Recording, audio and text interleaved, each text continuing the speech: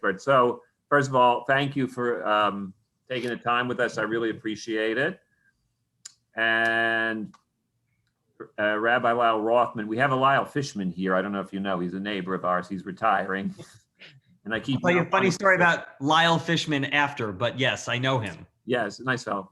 So anyway, my youngest son, Ethan, was a student down at the University of Miami, and he introduced me to Rabbi Lyle, as he is affectionately known. And, you know, when you go to the college campus, is the first time you have to choose on your own how you want to be Jewish and what you want to do Jewishly, because there's nobody there telling you, right? You can say anything you want. Tell your parents I went every day. They'll never know. I mean, they could call and find out, but they won't. Anyway, so you need somebody with a great appeal. And I think you definitely fit the bill. You know that the daughter of our current co-president, his name is Fred Lewis. So Natalie is, you know Natalie, of course. And she tells me that Rabbi Lyle is awesome. And I said, well, you never called me awesome now, but okay. Can I chime in on that for a sec, Dad? Go ahead. So Rabbi started, I think, my second year of school, and I went to Hillel a select few times my first year, and there was an average of 15 to 20 on Friday night. Some of the holidays, they got bigger showings, but since Rabbi got there, every single time I went, 50, 60 students easily. I see much more Hillel apparel. They're all over campus. He makes getting involved and learning about Judaism so fun. He's so accepting of every aspect of it, and the growth of Hillel and the involvement, which is really what it's there for, with a beautiful new building, is what it's meant to do. And Rabbi's done a fantastic job and is such an amazing representative of the Jewish community, whatever background you come from. Go ahead, take that intro and run with it. I think that's the best I could do. Yeah, that's all right. I think the microphone's yours, Rabbi. Go ahead. Tell us all about what you're doing down there. And if you want to be at Miami, by the way, I'm not spending your parents' money, but it's a lovely place for you to go to school, okay? I already spent yours. Yes. So, hi everyone. It's nice to be here, and I guess the sort of blessings of a pandemic is that you get to hear from a lot of. It's opened up a lot of things, around the country and the world. I'm actually doing a presentation for rabbinical students in Los Angeles in a few weeks, which I never would have done. So it's really just lovely to be here. That introduction was quite lovely, really good for my ego. But beyond that, it's nice to see you all. I want this to be an open conversation. Obviously, I know some parents are here. I know there are some rabbis. We got educators. But let it be an open conversation. And also, I'll also give you my email address if you want to reach out. But also social media and Instagram and stuff like that, if that's helpful. I want to begin by I want to know who you guys are. I'm Rabbi Lyle. I'm from Long Island, New York, Strong Island. Grew up actually one town away from Rabbi Hoffman and his son Ethan, and I made my way to Miami way before retirement. Go to Miami for work, retire to Boca, a little bit further up, but no, I'm still young. So really, I want to be here to be very helpful and answer any questions that you have. Tell you a little bit about University of Miami, a little bit about Hillel in general. But I first want to see who you are. And I know this might be hard to do. So I'm just going to call you as I see you on my screen. So Matan, you get the yeah, exactly. Just who are you? How old are you? Where are you from? I don't know. Give me something exciting. Well, I just want to say I'm not used to hearing my name pronounced the first time correctly. So, but I mean, obviously you're Jewish, so it makes sense, but I'm just not used to that happening. So I'm a little bit Jewish. We'll see. That's why I was like, what was that? So, yeah, obviously I'm Matan. I'm from Olney, Maryland, not born and raised, but raised here. Born in Texas, but that doesn't really matter. Hook'em. What else? What was the other questions? I'm in 10th grade at Sherwood High School. Not that that means anything to you, but 10th grade, it's a good one. Yeah, I'm in 10th grade. I don't know what else. Oh, I might be going to Israel this summer. Obviously, if COVID isn't that big of a problem over there or over here anymore. I guess that's it. Good. Thank you, Matan. Nice to meet you. Gabby. Hi. What am I saying? I don't know. I'm 15. I'm in 10th grade. I go to Sherwood, like most of the students here. What else am I supposed to say? Whatever you You're want. going to Israel next month. You might want to mention Oh mention yeah. that part. Yeah, I'm leaving. I'm going to Israel in actually like a week. Yeah, a week. What program are you going? I'm going with Try. Not Try well, Tikkun Yerushalayim. Yeah. Awesome. Awesome. Is there Thank you, anything else I Gabby. need to say? Okay. That's good. Lauren. Hi, I'm Lauren. I'm a 10th grader. I'm 16. I also go to Sherwood. I actually was born in Miami, but I obviously live in Maryland now. But I do BBYO, and I might be going to Israel with BBYO, but I'm not really sure because of the pandemic. Awesome. Yeah. Thanks, Lauren. Ari, sorry. Ari. Hello, I'm Ari. I'm 10th grade, and I also go to Shorewood. I love photography. I'm a photographer. I do a lot of work with that. And for a job in the future, I'm looking at being an ER doctor. Fauci effect. I love it. And Ari, I'll just say one thing that one of the things that Hillels have started to do is we always look to students to sort of take professional pictures at our events, because if there's no picture of it, it didn't happen. And so at least at University of Miami, we always hire students in the before times who are good photographers. So just, it's a good entrepreneurial thing when you're not, studying for your MCATs. You could be taking pictures for Hillel. All right, thank you. Sophia. Hi, I'm Sophia. I'm a 10th grader at Sherwood High School. I was born in Queens, New York. I'm part of BBYO, and I go to Capital Camps, and I'm also thinking about going to Israel over the summer as well. Awesome. Nice to meet you, Sophia. And Reina. I'm Reina. I'm 15. I'm in 10th grade at Gaithersburg High School. And I was just born here, but I've never been to Israel, but I would like to go. So you've not been to Israel yet, and you weren't just born there. You were like thriving there. Anyway, I see that we have Matthew and Fred. Are you students, or is that did I make a good assumption? I'm 15. I'm in, I go to Sherwood. I'm in 10th grade. No, none of that. But I wish I was. That kind of, no, I'm the president of B'nai Shalom, and Rabbi Hoffman and Donna asked me if I could join, and of course I love the kids and was curious. My daughter Natalie goes to University of Miami. She's a freshman there. She is the only Judaic studies major at the University of Miami currently. There's a bunch of minors and there's a bunch of people taking Judaic study classes, but she's the only major.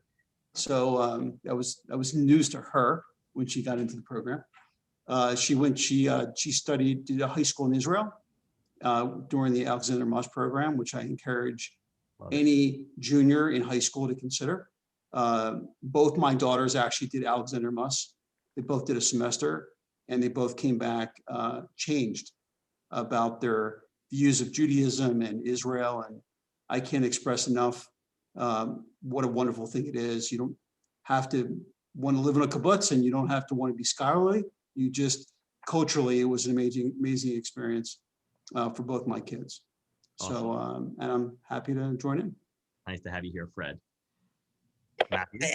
Yeah, hi, and I'm Matthew Bernhard. I'm Sophia Bernhard's dad. Hi, everyone. I was really interested in, hearing what you had about Hillel, because I was in Hillel when I went to school in Oneonta, New York. I'm originally from Queens, New York. I'm 15 also. I like that, Fred. That was cute. Definitely really impressed with that. And I wanted to hear what you had to say because I was really interested, Rabbi Lyle, on exactly, what transpired, a little bit of background on University of Miami. And I'm just curious, where in Long Island were you guys from? I'm from East Meadow. These guys, Merrick, Okay. Yeah. and I was born in Queens, and I lived in Forest Hills for a few years. So Okay. Yeah, we're in Jamaica Estates by St. John's, right over by the college. And Matt, I'll put one quick plug for Hillel in Miami. And we have not talked, so I would just say, when my daughter Natalie went to Miami as a freshman this year, and they couldn't socialize because of COVID, they kept it very tight by group and by floor, and she really couldn't meet anybody. It was very, very tough, being in a school where you have to take classes online in some corner somewhere. She went to Hillel, and she met all her friends are from people that the Hillel folks have organized, and she's got a great group of girlfriends, and she loves it, and she's hanging out, and it really changed her experience dramatically. Great. So look, it's a perfect setup. I've been at University of Miami now for 5 years, and it is, people talk about Hillel, especially some of the parents here, and they'll talk about the Hillel house. And they'll, it's sort of like an experience that they had from when they were in college. And those experiences are wonderful. The Hillel of, and I know it's going to sound like the Hillel of today is much more than the Hillel house. It is the social, cultural, religious sort of hub of Jewish life, but it's much more than a building. And yeah, like Ethan said, we have a great building at University of Miami, but if we were just about the building, we would be missing out on everything else going on campus. There are about 2,000 Jewish students on campus of 10,000. So roughly 20% of the population is Jewish. Of that, in a normal, not pandemic sort of situation, year to year, we engage roughly 1,200 students. And so our big sort of thing right now is sort of trying to get to all the people who are not in confirmation class right now. And not that you're not special, but the people who are just not engaged. And that's like our big thing right now. What I want to show you is not a sort of a boring presentation, but I do have a little bit of, if I can share my screen a little bit, I have some of the things that sort of make us maybe unique or special, and some of the things that you can look forward to, whether you come to University of Miami or Hillel or any campus with a Hillel. And I will make sure to leave some time, an ample amount of time for questions as well, but stop me throughout this if you need to or want to. I think I have sharing privileges. I do. Okay. I hope you have a slide on yourself, Rabbi. No, I don't need to slide on myself. Okay. Are you guys seeing it's a green? It looks green. So we were off winter break for 2 months, essentially, because of COVID. And over that period of time, we had a program called Winterfest, where we had students who got special swag delivered to their home, mittens and all this other fun stuff. And it was 4 weeks of sort of informal learning about issues within Judaism. It was a lot of fun. And we had 8 students sign up to sort of commit to something over their winter break when there was nothing else to watch on Netflix. And how many people here have you like learned Hebrew in Hebrew school? I imagine most of you will raise your hand in some way, right? Exactly. So, but not so much conversational Hebrew, perhaps. So what we did was we had a partnership with Duolingo, which is an app to learn other language, any language. We did it with Hebrew. We had 33 students enrolled. There were gift cards that were given out throughout the entirety of it. It was for about 21 days. And the first place person got $350, $225, and $125. And so it was a one way for us to just engage with the students. One of our most popular things, and like I said, 33 enrolled, we had to kick 2 out because they were cheating, and ended up with 24 sort of who really took part in it and finished. This is the type of stuff that we're doing at University of Miami. Really, Duolingo was self-guided, and Hillel Winterfest was a communal experience. Anything goes, and that's what we were sort of here for. I want to bring you to the next thing where Ethan actually did this, the Jewish Learning Fellowship, which is our Freshman Leadership Council. Jewish Learning Fellowship is the next one. Our Freshman Leadership Council, Ethan did not do this, but it is for first-year students to get them involved on campus, to bond together as a group, and then to help create sort of initiatives and things for other students that are your peers to engage them in school. It is, we run parallel. The university has their own Freshman Leadership Council. And in fact, sometimes the Hillel Freshman Leadership Council and the university's Freshman Leadership Council does events together. Our Jewish Learning Fellowship, which Ethan did do, is one of our premier programs. It's an opportunity for 10 weeks of Jewish learning. Included in that is a Shabbat experience, and each student receives a $250 stipend at the very end. Almost every single campus right now that has a Hillel has this program on it. And so I know you're in Hebrew school right now, and not that I'm saying you need to tell Rabbi Hoffman that you need to get paid to be here or that your parents need to pay you to be here. But when you come to Hillel, we're not just going to pay you to be there because we want to pay you. We value the experience and we value your time. And so that's part of why there's a stipend involved in that. And you all walk away with something, and you can buy it on good Jewish books. Some of the other things that are sort of on the horizon that we're sort of excited for. We have a pretty robust Israel program. And so 3 of our sort of virtual speakers this year, and it could be more. One will be David Makovsky, who is speaks about the Middle East and public policy regarding the Middle East. We have a young guy. I think he's still young because I'm 38 and he's like 30, I think.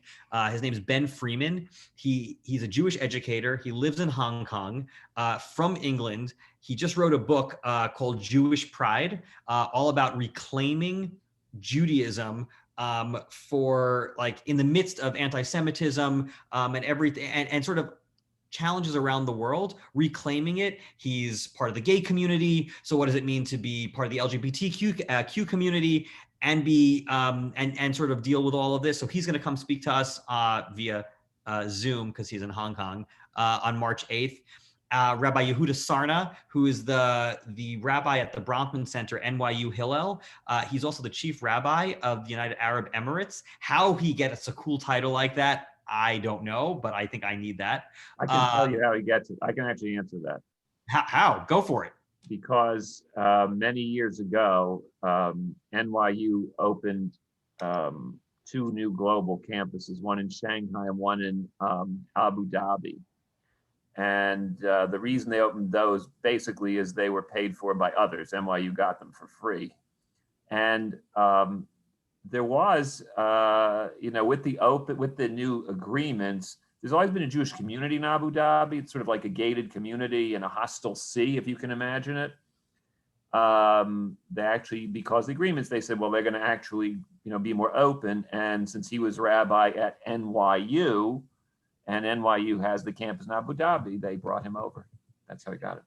It's a sweet gig. And as someone who was in Abu Dhabi and Dubai 2 years ago with some multi-faith work that I do, I can tell you that Rabbi Sarna and I actually had a conversation about how they should have a progressive minyan and sort of a progressive presence there. And there was like a brief conversation of like, something and then COVID. So I'm not the chief, progressive rabbi in the UAE yet, but who knows? Anyway, he's one of our other speakers that's coming. Some of the other stuff that's sort of exciting is we have a partnership with the Frost School of Music and sort of doing some really creative musical things in terms of Shabbat, in terms of just other sort of coffee house environment things. So that's could be outdoors in person or on Zoom for right now. We're creating an opportunity for our students to gather 10 of their friends to sort of have a social gathering, a barbecue, a yoga night or something in our outdoor spaces. We recognize that students want the sort of experience with somebody else. We can help provide that for them, and we want to do it in a safe way in masks and outside. And then one of our premier programs, which is really exciting, is called U Mentor. University of Miami is all about the U.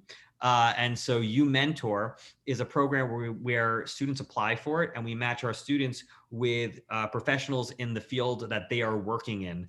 And sort of it's a professional experience. And there's stuff with resumes and headshots and stuff that people would need to sort of become the best professional that they can be within a Jewish context as well.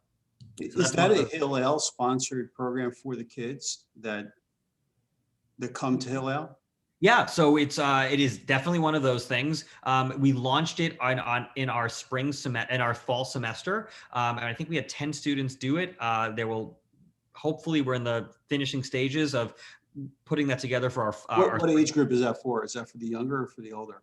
We did not take any first year students in the first year, in the first semester, because we wanted to, many times a first year student does not have is not sure about their major yet. And we wanted to sort of wait and see how it all worked out with people who are more established in their just as a quick intro, my daughter Natalie just joined us. She's a freshman at Miami. So Natalie can once it sort of join a little bit later into our U Mentor program. And hold on, I want to get to the next thing. We did a whole thing with civic engagement to register students to vote. It was a Hillel-wide initiative called MITS Vote. I did not come up with that, but it was a national initiative, and really saw amazing results in terms of young people actually getting out to vote, no matter who they voted for. One of the things, and this is a little bit hard, but I'm going to sort of mention it because I think it's important. One of the things we unfortunately deal with on a campus is mental health issues, students who are depressed, students who have other challenges, students who, we've had unfortunately 2 students who died by suicide. And it's really challenging. And not that we are any different than any other campus, but it's one of those things where at least our students know that there are resources, whether that be the counseling center, the Chaplains Association, your own rabbis, your own family members, and therapy, which we very much promote.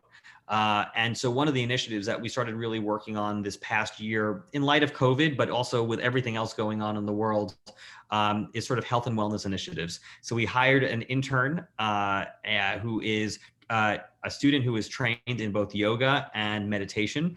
And she will be launching all these wellness initiatives actually starting next week. We just posted our first one today. And starting next week, she will be doing a vision board session and yoga in our outdoor space. And thanks to a grant from within the Reform Movement, we are starting a soup program where we are going to deliver soup to students who are requesting it, whether they are under the weather, have COVID, or just miss a good bowl of matzo ball or vegetable soup. And so we're going to be launching that in the next, hopefully 2-3 weeks. And that's, again, it's just exciting stuff, all within the realm. We're not solving the problem of sort of mental health, but what we are trying to do is be a resource for our students, and be able to connect them to the right people and right places. One of our big things is Shabbat and holidays. Ethan actually mentioned this in the beginning. And this year's been a very weird year. In a normal year, we could see, 50, 60, 70, 120 students, depending on the week, usually in the beginning of the semester, for Shabbat. Far fewer come for Shabbat services, but I won't let that go to my, I won't cry about that. But we get students who come for Shabbat dinner. And the reality is, if we can see a student come every week for Shabbat dinner, having never had Shabbat dinner in the house that he or she grew up in. And so they will experience more of Shabbat at Shabbat dinners at Hillel than they would have even growing up. And we're proud of that in the sense that we can provide that to our students. This year has obviously been very different. And so we started 2 new initiatives. One is sort of a virtual Shabbat experience, which at the time we were calling Shabbat Shazoom. And Zoom was fun in the very beginning, and now we're all done with Zoom. And so calling it Shabbat Zoom was just adding insult to injury. And so we stopped that, and we still do some virtual experiences sometimes, but it's become harder, I think, to keep people engaged in that way. But one of the programs we're really excited about is one called Shabbat Totes. And so students receive a tote bag with all the stuff you'd like to make Shabbat with. And then basically you get a gift card or a reimbursement for the food that you have, and you get to do Shabbat your own way in your own pod. And that's something, even after the pandemic sort of hopefully is a distant memory, we will sort of continue with, because we've seen real success with that in students making Shabbat for themselves and doing it any way they want to, without it sort of, there's no we give them a blessing card. They get to do that if they want. We're not defining how they observe Shabbat, but what we're saying is when the sun sets on Friday night, it's Shabbat, and we want you to name it. And we're helping students name that and reclaim it. And so that's a big thing that we're doing. We help students put up mezuzahs. We do them virtually, or in the past in person. And so we have an idea of doing a virtual mezuzah crawl, partnering with an organization called My Zuzah, which is an organization that helps provide mezuzahs, mezuzot, to people free of charge. And it's progressive. It's kind of nice. And our last thing, and then I'll open it up for questions, and I'm sure I said a lot of stuff already, is we have a program that we launched this year called Hillel Connect, which really connects students who are sophomore, juniors, and seniors with freshman students, with first-year students. And in doing that, we really sort of opened up and sort of had a lot of relationships that were created from that. So I know that I've said a tremendous amount, and I want to make sure that your questions or concerns, that I get to answer them, and we have a little bit of a conversation surrounding that. So I open it up. Also recognizing you're only in 10th grade, which means you might not have so many questions yet. They never have a shortage of questions. That's really not generally a problem. So go ahead, everybody. Please unmute yourselves and feel free. Unless I've totally scared you. You want me to take the lead on this, Rabbi? Ethan, you have any questions? I got one for the kids, and then a little tidbit about us. Go ahead. So for the younger, just give me a thumbs up or a thumbs down. Who here is familiar with the butterfly effect? Okay. Yeah? One. No. Okay, no. I like the honest, kind of, like a half. So essentially, the butterfly effect is a butterfly flaps its wings, and if you changed one flap of its wings, it would have this domino effect that would change the entire world based on one little action.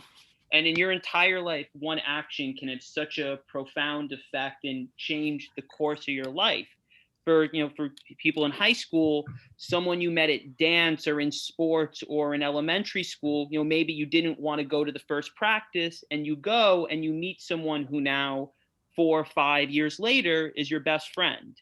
And if you'd never went to that one practice or that one event, you would have never met this person who's one of your best friends. The butterfly effect. So me and Rabbi Lyle have one, and actually, my dad was the one who really got me involved with Hillel and becoming a regular, and Rabbi Lyle just sucked me in the first time I met him. And one of my favorite moments with Rabbi, I'll never forget, when I was graduating school about a year and a half ago, I was looking into Birthright, and I was debating when to go because I also did an internship program in Israel. And Rabbi was very adamant on me going with Hillel. And I said no, and then I said yes. And as always, I listened to wise Rabbi, and I went with Hillel, and it was one of the most amazing experiences of my life. I could have never fathomed it. It was a really nice surprise. I had Birthright. I went to Egypt for 2 weeks, and then I came back to Israel for an 8-week internship program called Onward. In the next couple years, it's something I really recommend for you guys. They pay for you. to live in Israel for 8 weeks, and you work at an internship in whatever you're interested in. It's an amazing program. A couple years that'll come up with you guys. But one of getting back to the butterfly effect, on my first night in Hillel, or on Birthright, I'm in the hotel room with like all the other students, and just walking around, and this young boy, who's around your guys' age, he's about 16. He's a young kid, not super young, but he's a young kid, about 16 years old, looks at me, and I'll never forget the look in his eye. And I knew we were going to be friends, and I go over and I talk to him, and his name is Micha, and I hung out with him and his brother David that night. And then the next morning we were having breakfast, and I saw him again. So I sat with him. I met his mom. His dad was the doctor for Hillel, so they were always in the hotels. I met his older sister. I met the whole family, and we're having a great time.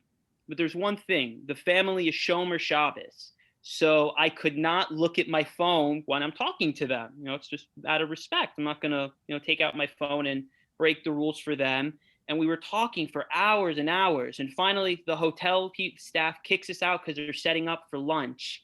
And we say goodbye. And I check my phone. And Rabbi texted me about an hour ago, "Hey, Ethan, where are you?" And I walk up to the room, and I talk to him. And I tell him this whole story. And I'll never forget the look on Rabbi's face where you wanted to be mad, but you were so happy that I made an Israeli friend. And it was so sincere. And this friend, his name was Micha. He's still one of my best friends to this day. I talk to him, once or twice a week. I keep in contact with him much more frequently than friends of mine from high school or middle school or college. And it all goes to the butterfly effect, because if Rabbi had not pushed me and persuaded me and gotten me to go with the Hillel, I would have never met this young man who now, a year and a half later, is still one of my best friends to this day. And the moral of the story is, don't be late when you're supposed to be in a program. Right. But nervous, right? Right. No, but look, Ethan, I think one of the other thing that Ethan is pointing to is that sometimes it's about, sometimes you need to be tapped. Sometimes you need to sort of take that leap. And that's what we do at Hillel. We help students who sort of did Judaism because their parents, and I say did it, meaning like they are in synagogue, they're in confirmation, they're post bar and bat mitzvah, and they're doing it all, some because you want to, others because your parents are encouraging you. And at Hillel, you get to experiment with your Judaism. And that, I think, is the most exciting part. There's at Hillel, we don't say there's more than one way to be Jewish. It's a pluralistic environment. We're not Reform or conservative or Orthodox. We're Jewish, and we get to encourage you on your Judaism, your Jewish journey. So, show of hand, who's here is excited about going to college at some point in a few years? Put both hands up. It's a lot of fun. Great. It is a lot of fun, and you do a lot of learning and all that other stuff. What is something you're excited about when you go to college? You can be honest. Go ahead. Not having to see my brothers every day. Okay, fine. It's a good one. Meeting new people from different places in the US and the world. Awesome.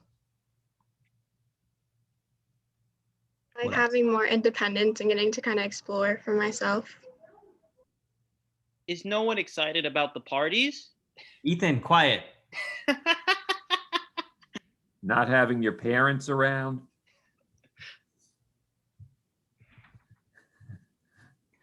All of the things that you guys mentioned and the ones that you didn't mention is what makes college, and it can be, the best 4 years of your life. And the exciting part is that at Hillel, we get to be part of all of that if you want. The thing I hear from students more often than not is, sure, we have students like, Natalie, Fred's daughter, who gets involved in their freshman year. And we remain in contact with them throughout all of that, all those 4 years. But then we have students who somehow, there are two ways this happens. One is in their senior year, they've done something stupid and they have to do community service hours. let's just say. And they come to Hillel. They're like, my mom said I should come to Hillel so I can, serve my time and make up, for all the stupid things I did. And that student gets involved.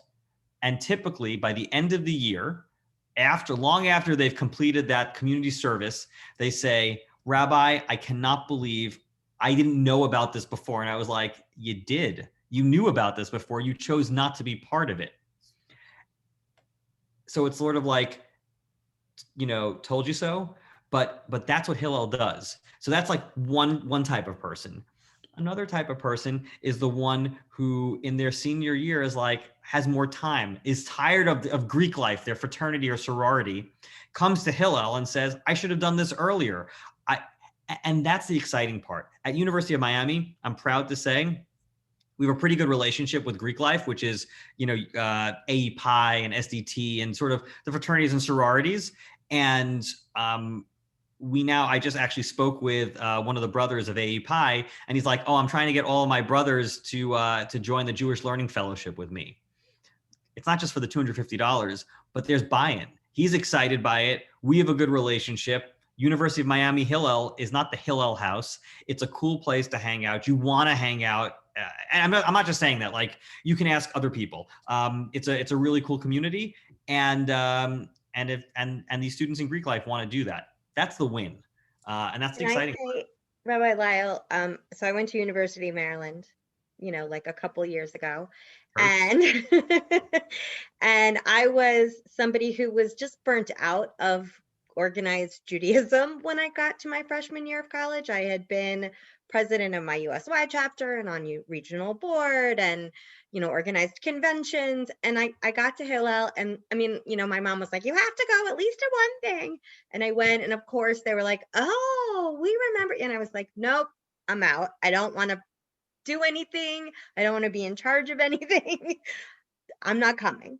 So I didn't go to Hillel for the first 3 years of college. And then my senior year, I ran into a friend and they're like, we've started doing these happy hours before Friday night services. And so I went because it was free. And so we went to happy hour, and then I went to services, and then I started staying for dinner, and then I started going to more events, and then I went to Germany on a Hillel trip. And I regretted not getting involved sooner, but it was like the best year of my college experience as a Jew, I should say. It was a wonderful experience to really kind of reconnect. And I feel like that is why I ended up kind of getting, like, I joined a synagogue after college and I recommitted myself to Jewish living because Hillel reminded me how much I love that. And I have to tell you, you spoke about one thing that that I didn't actually mention. Many Hillels have alternative spring break programs when we used to travel, which we'll get back to. And so my first year, I took a whole group of students to Havana, to Cuba. So we had our alternative spring break in Cuba. Since then, we've been to, I did not go on these trips, but since then we've taken students to Buenos Aires in Argentina, to Rio in Brazil. And actually, last year, we were supposed to be going to Germany in March. And that was a hard decision it wasn't hard, but parents were not happy originally. And students were not. And so we had to cancel that. But we've had great alternative spring break programs to travel the world. And like Ethan mentioned, we have Birthright, a free trip to Israel. Who doesn't want that? It's just the possibilities are endless, from the internships to the opportunities to sort of, it's like make money, but make friends and make meaning. That's what we do at Hillel. You are all just so lucky because you're at a place where you're still in 10th grade. Give it 3 years for you to, finish high school, and Hillel is here right now. And it's going to be here in that period of time. And you guys are lucky. I can't wait to see what happens.